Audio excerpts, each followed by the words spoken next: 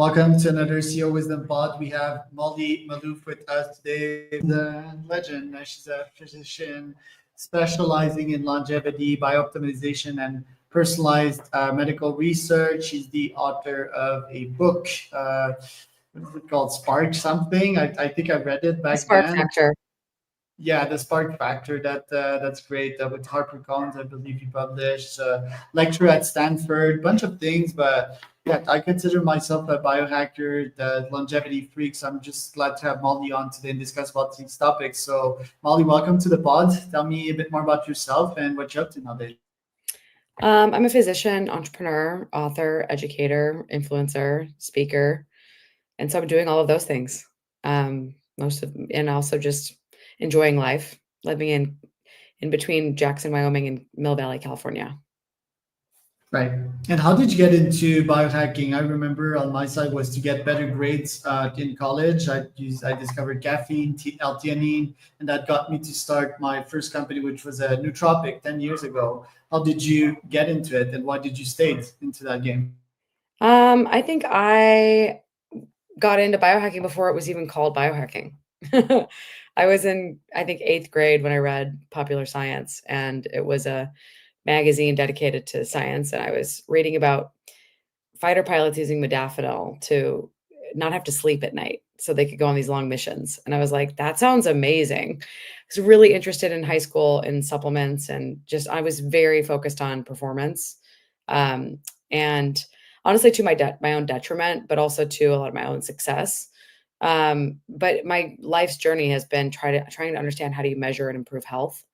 And in that process, I was part of the big movement of technology taking over medicine and creating its own movement in medicine, where biohacking emerged as a term because people kind of were internet gurus. Like there was a lot of people like Dave Asprey and myself that were working in tech and were wondering why we can't hack our bodies. Why can't we change our bodies? Why do we have to go to the doctor when we're sick? Why can't we do things to be healthy while we are well?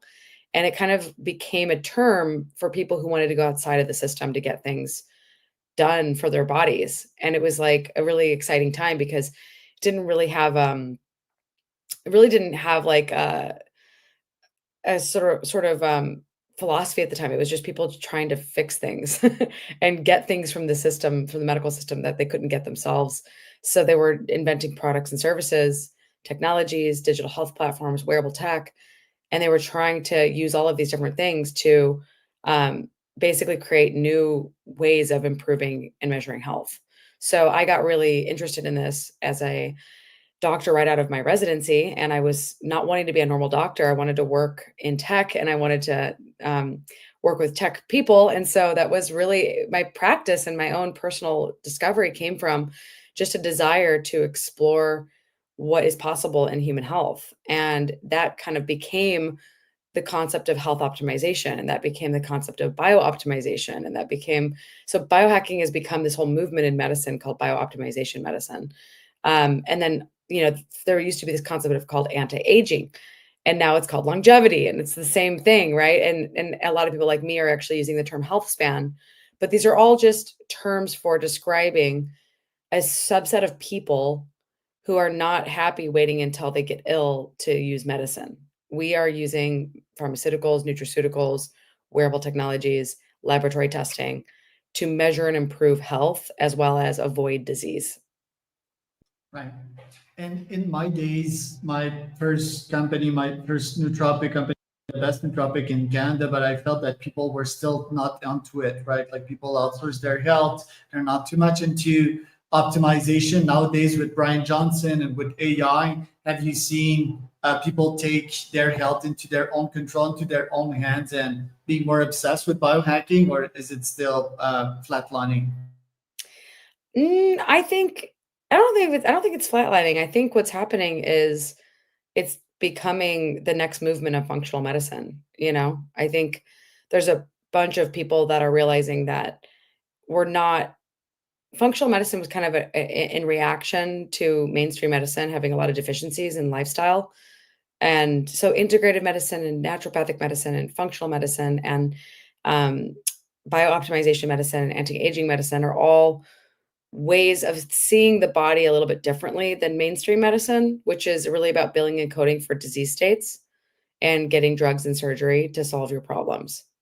So, because of that, I think it's only growing. I mean, there's literally no, like, so many doctors and so many people I know are building clinics for biooptimization, for biohacking. They're building red light saunas and salt rooms and, um, they're getting the HOCAT and they're getting IV lounges and there's, stem cells and peptides and all this stuff is really starting to come into the forefront of culture. So, I don't think it's flatlining. I think the dependence on supplements is. I think people are realizing there's a lot more to optimizing health than just taking a bunch of supplements, even though I just took a bunch of supplements myself before this call.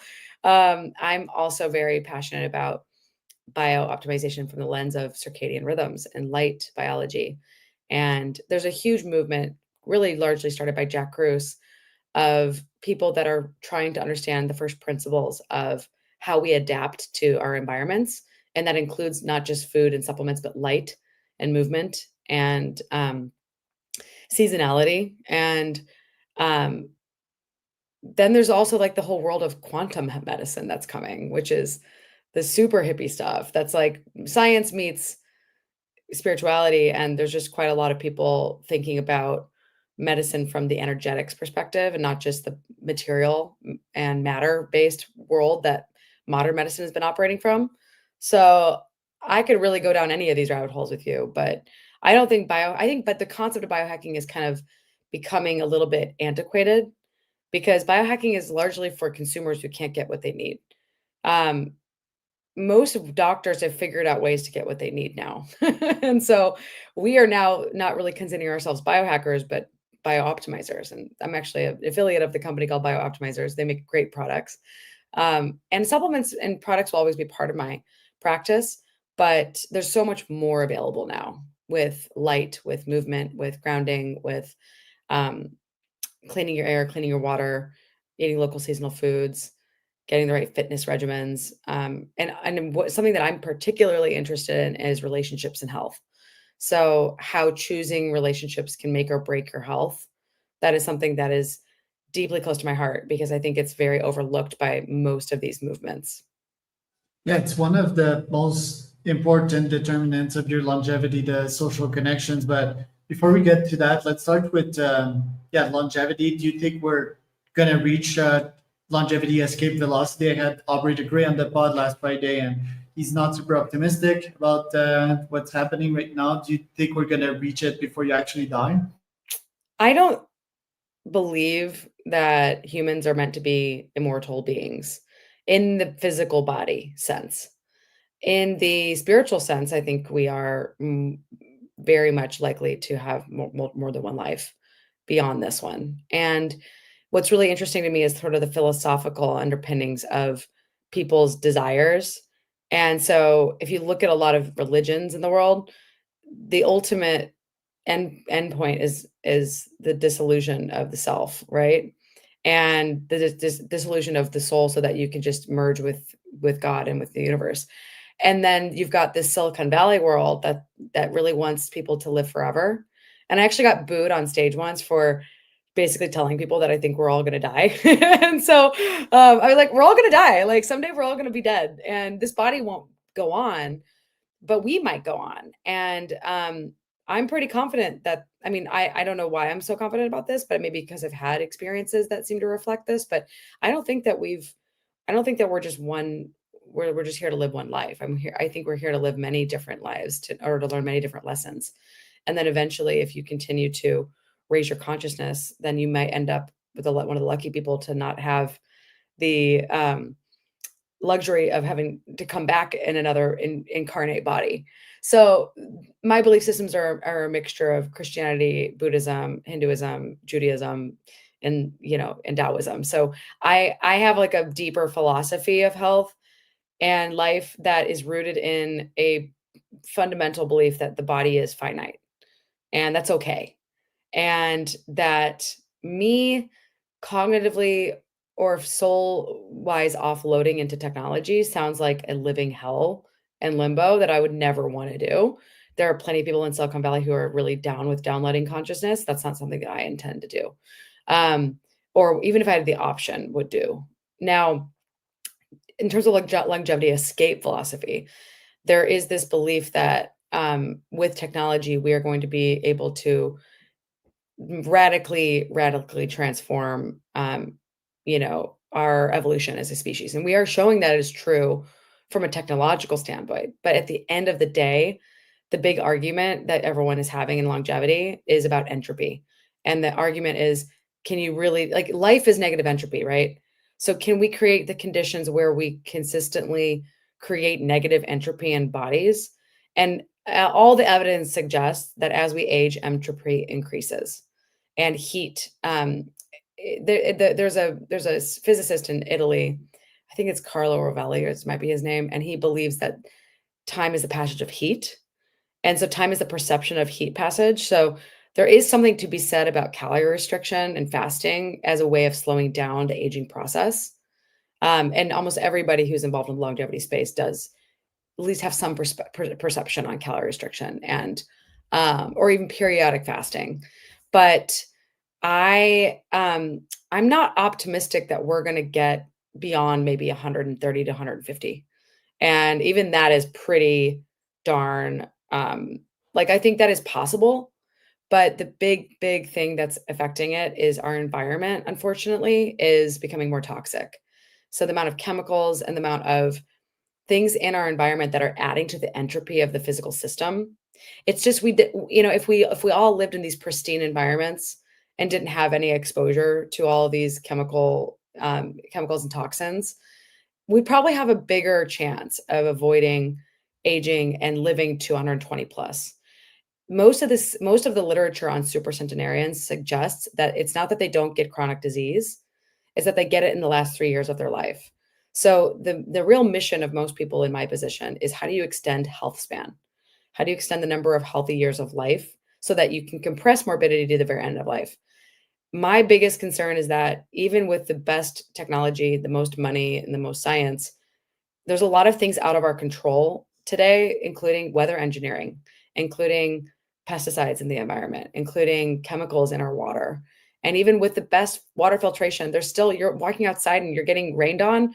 Well, guess what? There's chemicals in your rain. So I think the only way that we as a species are going to be able to get the longevity escape philosophy is if we band together as a species and dramatically choose to create the conditions of life that are life promoting and that contribute to negative entropy. So, like, I know I'm on a diatribe and I'm on a monologue right now, but It's if you look at fine. Singapore has designed their culture, their society, and their healthcare system for creating essentially bioenergetic capacity at scale.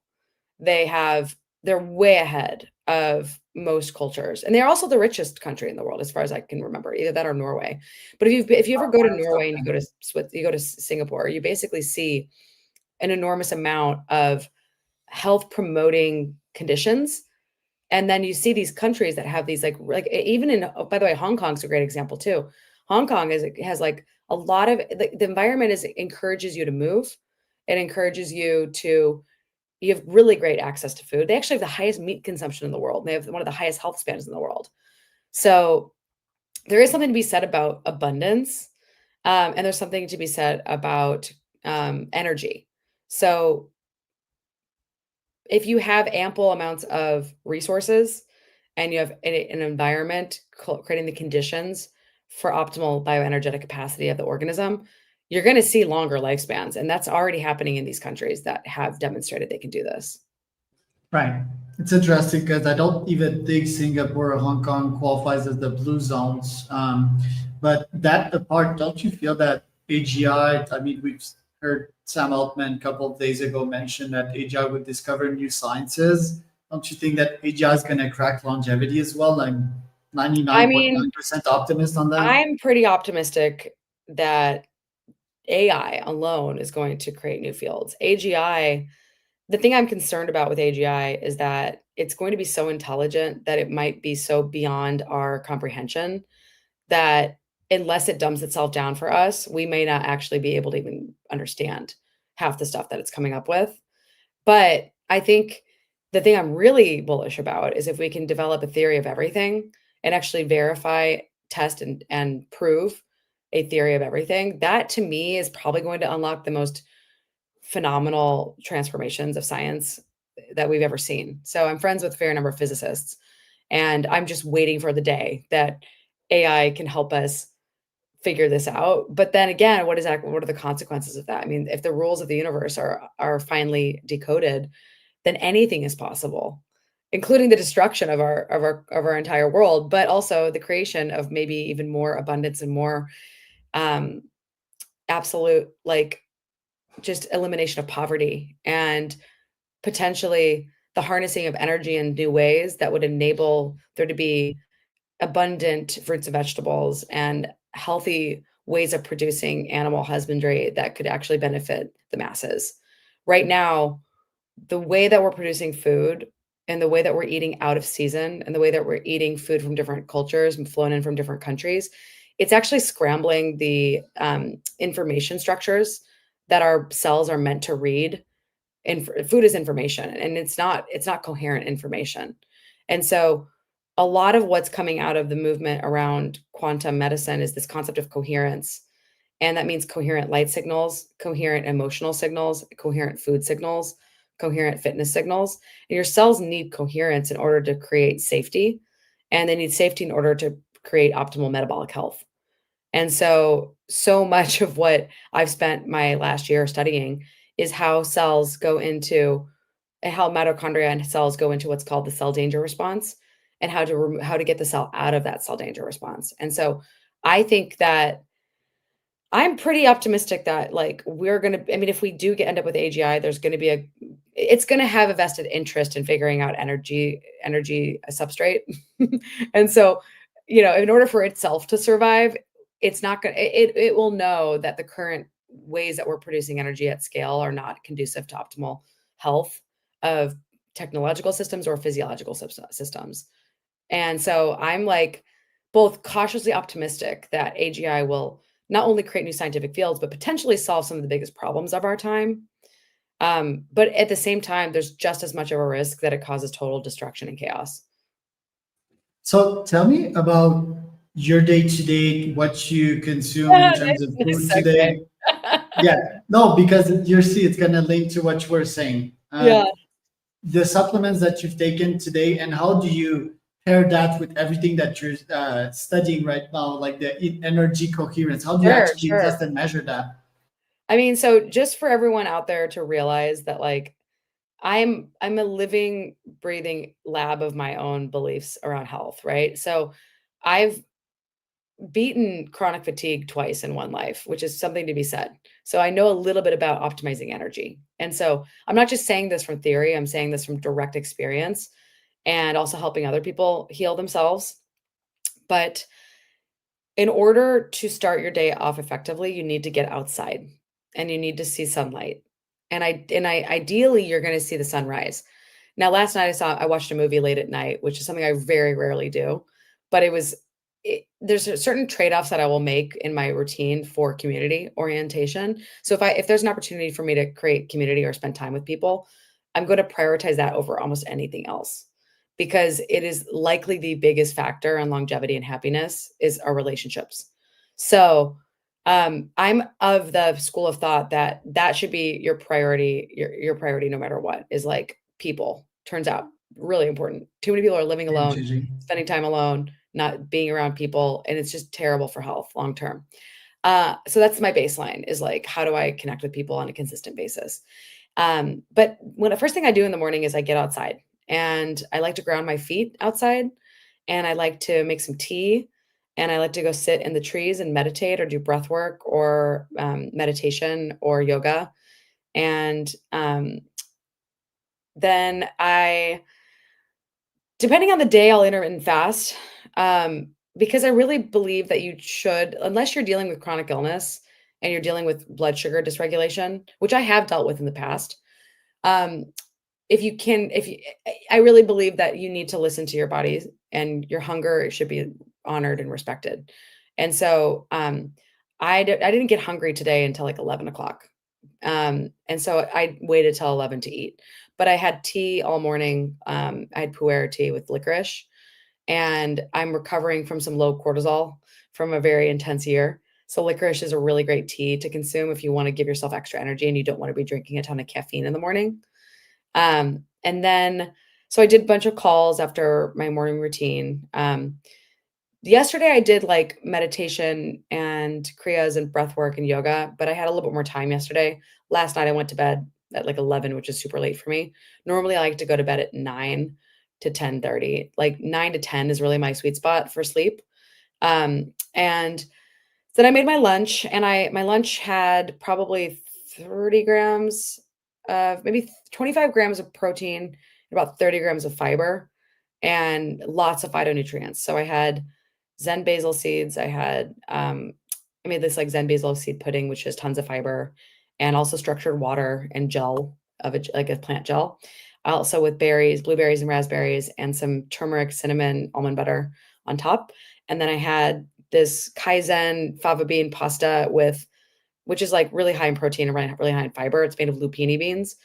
Not my favorite texture, but I'm gluten free, so it does help me. And then I had that with some butter and a little bit of, there's like a pasta store nearby, and so there's a little bit of this sort of like healthy cheese that you can add to any pasta. And so it was a little bit of like this cheese powder that's made, which I haven't had anything processed in a while, and it's probably the most processed thing that was in my food today. Um, but it was kind of like, and then I added asparagus and mushrooms that I'd sauteed, and that was really good. And then I had a couple pieces of beef jerky just to top it off with a little bit more protein. So I probably got maybe 25 grams of protein in that meal. And then I had my call with you. And so now we're here today, but I also took my supplements, and I take supplements twice a day. Take my morning supplements, my evening supplements. Um, and my morning supplements and evening supplements are currently oriented around oh, and by the way, just so you know, I went outside 3 times this morning. So first thing in the morning when I was drinking my tea, and then a couple hours later, and then a couple hours later. So you want to keep getting sunlight doses, just like food doses, because like sunlight really is this, it's organizing principle of health and life. So you want to get some sunlight on your skin to help create that structured water. You want to get sunlight in your eyes to set off the proper hormone signals, and you want to get sunlight, into your, basically you want to get UVA light in order to help boost immune system function and overall healing and regeneration. And you want to get UVB light in order to generate vitamin D. Now it's a little overcast today, so it's not a ton of bright sun, but I did get a few doses of sun today. And then I also drank water, and I've got a big water bottle upstairs that has body biominerals in it, and then also has silica in it. And the silica is great for detoxing aluminum, but it's also great for hair, skin, and nails. And then the body biominerals is just a fantastic mineral supplement, because every single cell runs on minerals, and it runs on electrochemical gradients. So potassium, sodium, chloride, and there's all these and mineral cofactors. You also need proper B vitamins to run mitochondrial function. So I take a B complex. I still take a vitamin D, even though I do go outside, because vitamin D and vitamin K are important for anyone trying to optimize their immune function, and just for bone density purposes.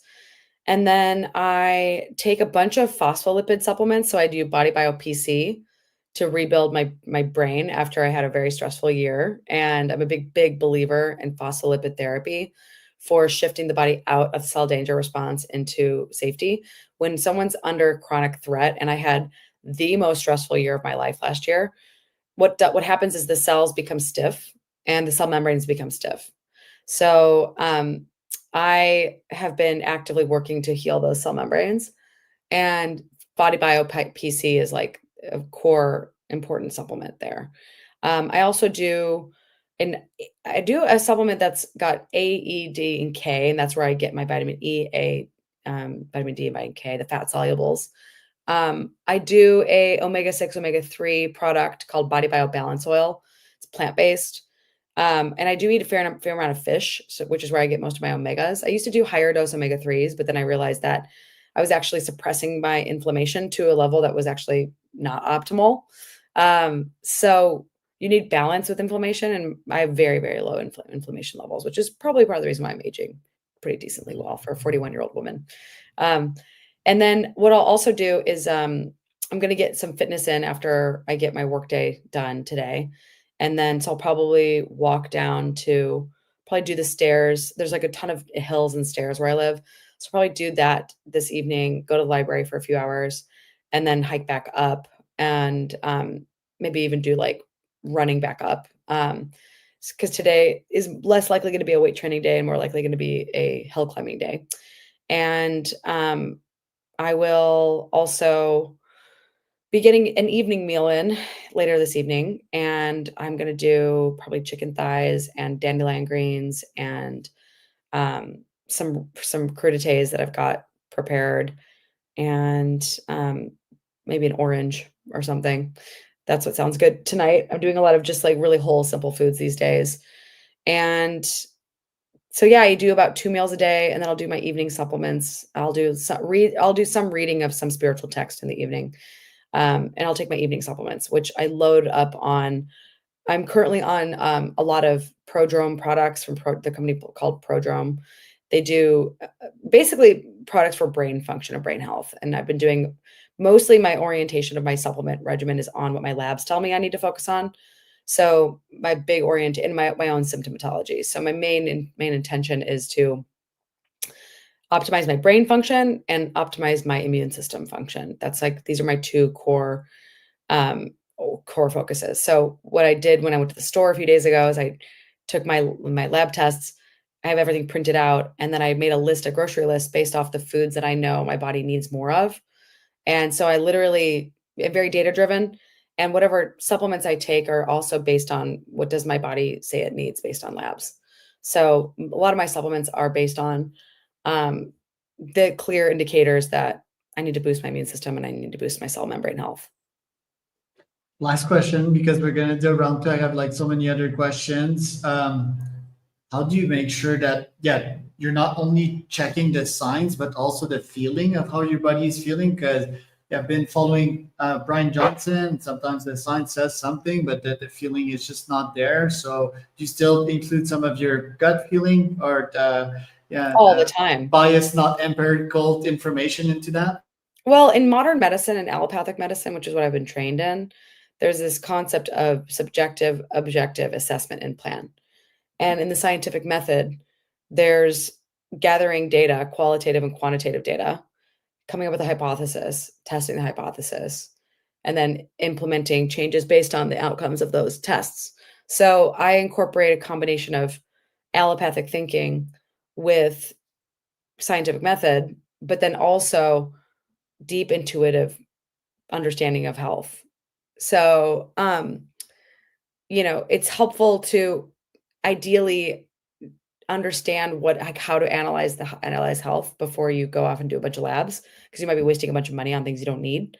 But I have a 60-page booklet of questions that I can ask patients that I do put in my portal Practice Better, and I can go over those questions myself too. So, for example, when I saw I'd been going through a lot of intense stress last year. And so, as a consequence of intense stress, you often see neurotransmitter imbalances. So, I went over my mood brain questionnaire and I was like, oh, geez, there's some clear imbalances here that need to be addressed. And one of the big ones was memory and acetylcholine. And so then I remembered my genes tell me I have PEMT genetic mutation, but then I got a Vitrac test back that said I had very low acetylcholine producers. So now I have this like trifecta of problems that needs to be addressed immediately, right? I've got lab data, I've got questionnaire data, and I've got an awareness that like clearly my memory is not as sharp as it was, and memory is highly affected by PTSD, and it's also affected by stress, chronic stress. And I also have an ApoE4 gene. So, two genes that contribute to problems with brain function, some symptomatology, some clear neurotransmitter imbalances on symptomatology, and then measurements, right? Like, um, I had a me screen test by the company called Versea Health. I'm an advisor of this company. they do mitochondrial testing, and it was very clear on my testing that my cell membranes were like basically seriously affected. And by the way, I was living in pristine nature, very much disconnected from city life. And so the stressors that I was dealing with last year were psychosocial stressors.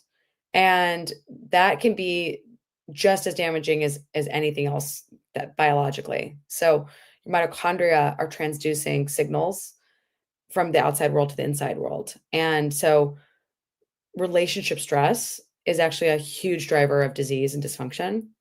And eliminating relationships that were no longer serving my greatest health was actually the most valuable thing I did.